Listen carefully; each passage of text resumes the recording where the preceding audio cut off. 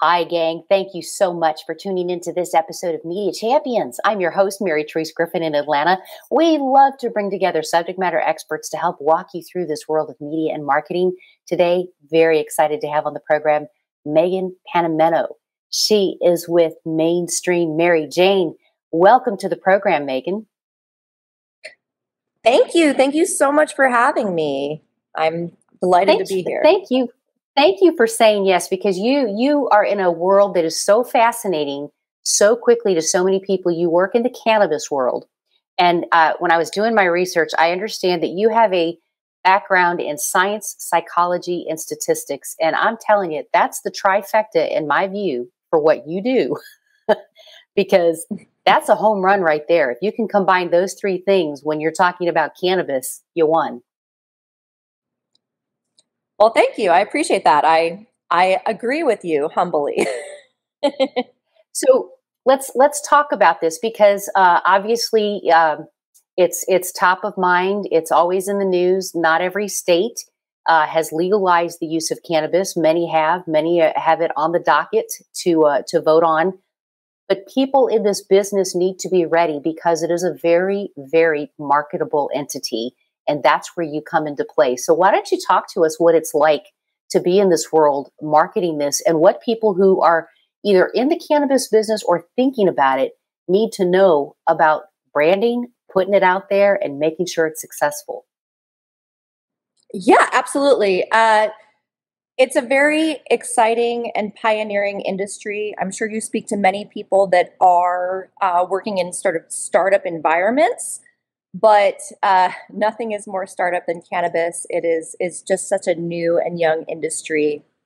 For instance, I was asked to come onto your show if I, worked with digital programmatic advertising. Of course I do. However, most people that are marketing cannabis don't know what that is.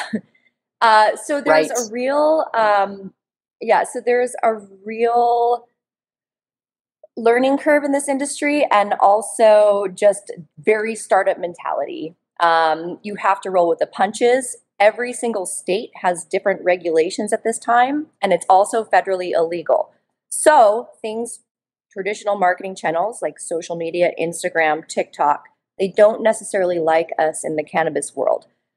Do you still utilize those channels? Yes, but you have to be very creative in the way that you do it.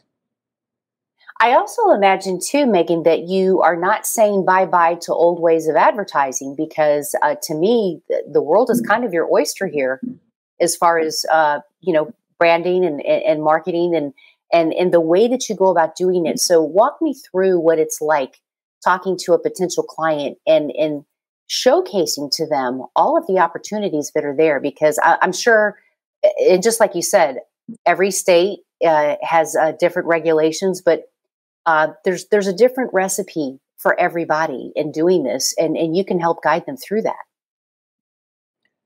Right. There's huge opportunity. The statistics keep growing as far as this industry is concerned. So 2 years ago, even something like 10% of the population was an active cannabis consumer. Now we're looking at more like 20% or more. So acceptance is growing. The plant is getting destigmatized and turning more into modern mainstream society. So you're exactly right. The world is the oyster on it. We do still utilize traditional marketing channels. However, you have to be very careful about what you're doing on those channels, and you also have to really know the regulations. I mean, biggest thing is knowing the warnings, knowing to not, make your advertising appeal to children, as well as the individual state regulations that are constantly changing. Sure. Well, I imagine too, it's very similar to the tobacco industry. As you know, they had to put all kinds of warnings, and they couldn't sell at certain times. And I think at one point they couldn't have cigarette ads on television before 6 o'clock at night. So you are up with all of that, and I'm sure it's constantly changing. We are almost out of time, but I'm very curious to know, especially in the states that have legalized it, and there's dispensaries all over the place, and you've got consumers that visit.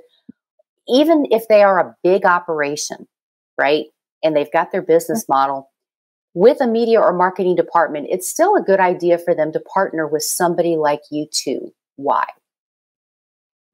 Absolutely. I have seen individuals, cannabis industry is very in a juxtaposition state, right? So there's many individuals that know cannabis very well.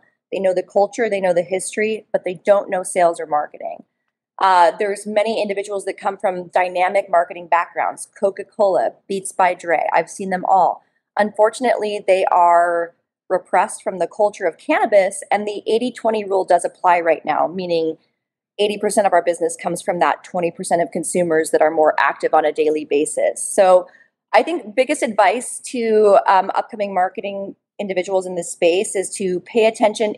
We're walking a fine line right now between honoring and acknowledging the traditional cannabis market and consumer, and then also looking at the horizon on that new consumer, that soccer mom, for instance, or that business executive that if they found the right, combination of cannabis product that worked for them, terpenes, cannabinoids, I can get more into that. That is our consumer of the future. And I think as a marketer, you have to understand both realms.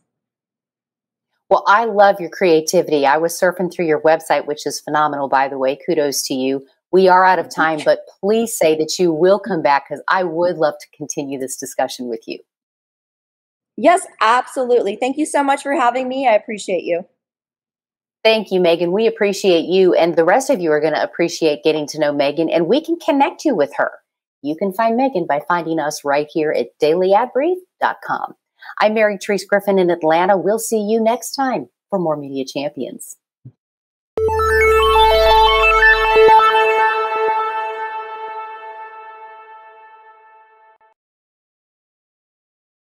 Simplify presents Addressable CTV, combining the power of TV with the targeting and attribution of digital.